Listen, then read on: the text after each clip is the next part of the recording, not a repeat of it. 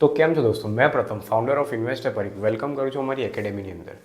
Stock માર્કેટની અંદર બેઝિકથી લઈને એડવાન્સ સુધીનો આખા 10 વિડીયોની છે ને સિરીઝ બનાવીએ છીએ અને એમાંથી છે ને 3 વિડીયો ઓલરેડી અપલોડ થઈ ગયા છે. તો અગર તમે 3 વિડીયો નહીં જોયા તો સૌથી પહેલાં 3 વિડીયોને કમ્પ્લીટ કરી લો, પછી તમે આ ચોથા વિડીયો પર આવી શકો છો. હવે અગર તમે 3 વિડીયો જોઈ લીધા છે તો તમે આ વિડીયોથી કન્ટિન્યુ કરી શકો છો. તમે સ્ટોક માર્કેટમાં બિગિનર છો તો મારી આ રેસ્પોન્સિબિલિટી રહે તમને બતાવવાનું કે સ્ટોક માર્કેટ એવી ફિલ્ડ છે ને જ્યાં 90% લોકો પોતાનું લોસ કરે છે. તો હવે આ 90% લોકો શા માટે લોસ કરે છે ને એ આપણે જાણવું છે ને જરૂરી છે. નહીં તો અગર તમે એ વસ્તુ નહીં જાણો તો થઈ શકે છે કે તમે બી એ 90% લોકોની અંદર આવી જશો. તો મારી આ રેસ્પોન્સિબિલિટી બને કે ભાઈ હું તમને 90% લોકોથી અલગ કઈ રીતે કરી શકું. તો આજના વિડીયો જોઈને મારી આ ગેરંટી રહેશે કે તમે એ 90%માંથી નીકળીને પહેલાં જે 10% લોકો છે એની અંદર જઈ શકો છો. તો આજના વિડીયોની અંદર આપણે 3 એવા ટૉપિક ડિસ્કસ કરીશું જે સૌથી ઇમ્પોર્ટન્ટ છે જાણવા, જેના કારણે જે વસ્તુને ના જાણીને 90% લોકો પોતાનું લોસ કરે છે. તો સૌથી જે પહેલો ટૉપિક છે ને એ છે ગ્રીડ. ગ્રીડનો મતલબ શું મારા ભાઈ કે લાલચ. આવું તમને એક એક્ઝામ્પલથી બતાવું. આજે આપણે સ્ટોક માર્કેટમાં ઘૂસીએ ને તો આપણું માઇન્ડસેટ કેવું હોય કે ભાઈ જે વિડીયોમાં આપણને બતાવે કે ભાઈ દિવસના કઈ રીતે 1000 કમાઈ લેવાના, કઈ રીતે 2000 કમાઈ લેવાના, કઈ રીતે મેં દિવસના 1 લાખ કમાયા, 2 લાખ કમાયા, તો આપણું માઇન્ડસેટ છે ને એવા વિડીયોઝથી એટ્રેક્ટ થાય ને આપણે એવા વિડીયોને જોવા જઈએ. તો આવું કેમ થાય છે?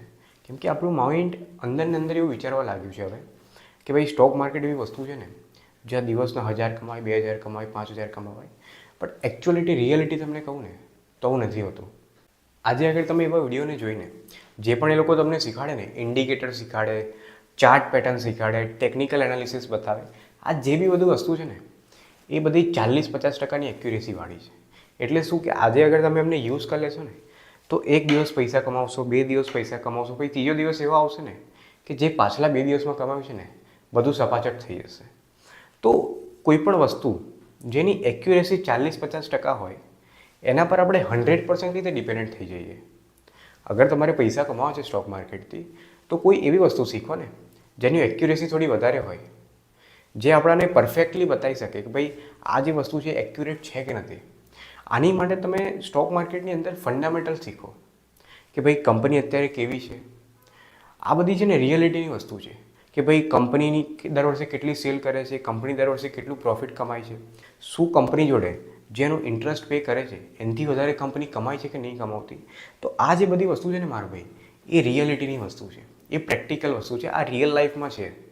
બટ ટેકનિકલ એનાલિસિસ અને આ બધી ચાર્ટ પેટર્ન ને આ બધા ઇન્ડિકેટર એ બધા 40-50%ની એક્યુરેસીવાળા છે. તો સ્ટોક માર્કેટથી અગર કમાવવું હોય ને તો આ અડધી એક્યુરેસી આપવાવાળાથી નીકળી જાઓ અને એવી વસ્તુઓ શીખો જે આપણને 100% એક્યુરેસી આપે, જે આપણને એકચ્યુઅલમાં એક વસ્તુ જે રિયલ છે એ બતાવે. તો એવી વસ્તુ પર ફોકસ કરો. તો આ જે ગ્રીડ છે ને કે ભાઈ દિવસના 1000, 2000, 5000, તો એવું છે ને કોઈ નહીં કમાવતું. હવે બીજી જે વસ્તુ છે ને એ છે પેની સ્ટોક. હવે મારો મતલબ એવો નથી કે ભાઈ પેની સ્ટોકમાં ઇન્વેસ્ટમેન્ટ ના કરે. પેની સ્ટોકમાં આપણે ઇન્વેસ્ટમેન્ટ કરીએ ને તો એ આપણને બહુ મલ્ટીબેગર રિટર્ન બી આપી શકે, આપણા પૈસા ડબલ બી કરી શકે, 3 ગુણા 10 ગુણા બી કરી શકે. બટ પેની સ્ટોકનો મતલબ શું કે એકદમ નાનો સ્ટોક, એકદમ નાની કંપની જે અગર સારી રીતે પરફોર્મન્સ આપે ને, એનું બધું સારું હોય ને તો એ આગળ જઈને ટકી શકે લોંગ ટર્મ સુધી. બટ પેની સ્ટોકનો મારો કહેવાનો મતલબ શું છે કે પેની સ્ટોકની અંદર જે બી મોટી મોટી પાર્ટી હોય ને, જેવી રીતે એફઆઈઆઈ થઈ ગઈ, ડીઆઈઆઈ થઈ ગઈ. આપણા એફઆઈઆઈનો મતલબ કે ભાઈ આપણી ફોરેનથી કોઈ કંપની આપણે ઇન્ડિયાની અંદર ઇન્વેસ્ટમેન્ટ કરતી હોય, ડીઆઈઆઈ એટલે આપણી કોઈ ઇન્ડિયાની મોટી કંપની કોઈ બીજી કંપનીમાં ઇન્વેસ્ટમેન્ટ કરતી હોય. તો આ જે બે પાર્ટી છે ને એ બે પાર્ટી પેની સ્ટોકની અંદર ઇન્વેસ્ટમેન્ટ ના કરતી હોય.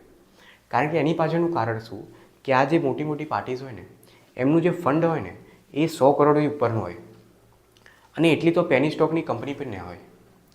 તો આ બધી જે સ્ટોક છે ને પેની સ્ટોક એમાં મોટી મોટી પાર્ટીઝ ઇન્વેસ્ટ ના કરે. તો આવા સ્ટોકની અંદર શું થાય, પંપ અને ડમ્પની ગેમ ચાલે. અત્યારે તમે બિગિનર છો ને તો મારી રેસ્પોન્સિબિલિટી છે કે હું તમને પંપ અને ડમ્પની ગેમ સમજાવું અને તમારી બી રેસ્પોન્સિબિલિટી બને કે ભાઈ આ વસ્તુને ધ્યાનથી સમજી લો જેનાથી સ્ટોક માર્કેટની અંદર ખરાબ સ્ટોકમાં ઇન્વેસ્ટ કરીને ફસાઈ ના જવાય. પંપ અને ડમ્પની ગેમમાં શું ચાલે, આજે કોઈ એક બહુ નાનો સ્ટોક છે જે માની લો 1 રૂપિયાનો કોઈ શેર છે, એનો 1 રૂપિયાનો શેર છે. હવે એમાં શું થશે, હું મારા 10 લાખ રૂપિયા બી નાખી દઈશ ને એક વારમાં તો એ જે સ્ટોક છે ને એક જ ઝટકામાં 15-20%નું રિટર્ન આપી દેશે.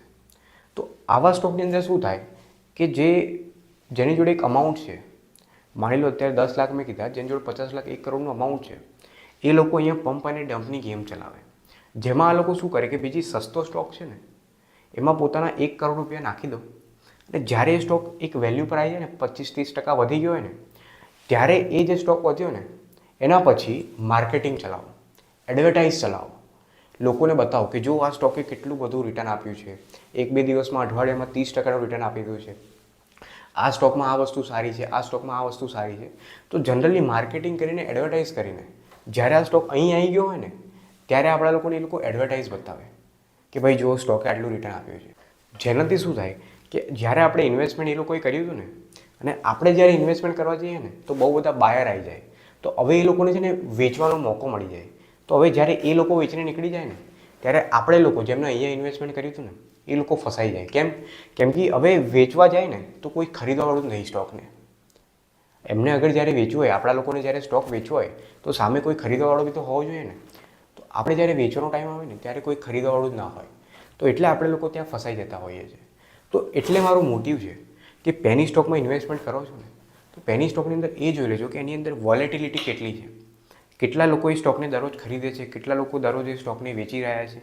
તો આ બધું એક વોલ્યુમ તમને ખબર પડી જશે તો તમને એક આઈડિયા આવી જશે કે ભાઈ સ્ટોકની અંદર વોલ્યુમ છે ને તો બહુ બધા લોકો સ્ટોકમાં ઇન્ટરેસ્ટ રાખતા હશે, પણ સ્ટોકમાં વોલ્યુમ જ અગર 1000, 5000, 10,000 રૂપિયાનો છે તો એ સ્ટોકની 100% ગેરંટી છે કે એની અંદર આ બધી પાર્ટી ઓપરેટરો મેન્યુપ્યુલેટ કરી શકે છે, એ સ્ટોકમાં પંપ અને ડમ્પની ગેમ ચલાવી શકે છે.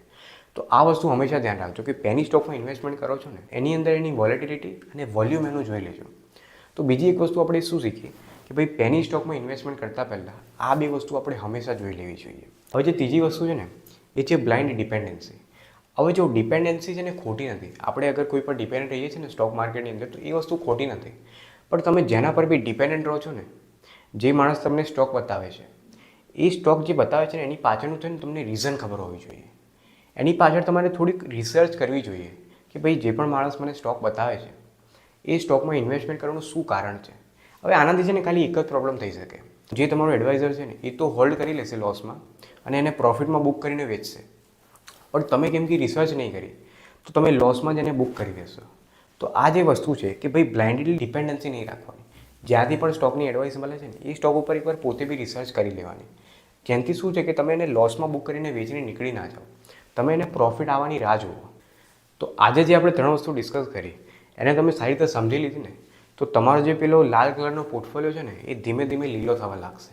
અને અગર તમે વિડીયો અત્યાર સુધી જોયો હોય ને તો મને ખબર છે કે તમને સ્ટોક માર્કેટમાં ખૂબ જ રસ છે અને તમે લોંગ ટર્મમાં પૈસા કમાવાના છો.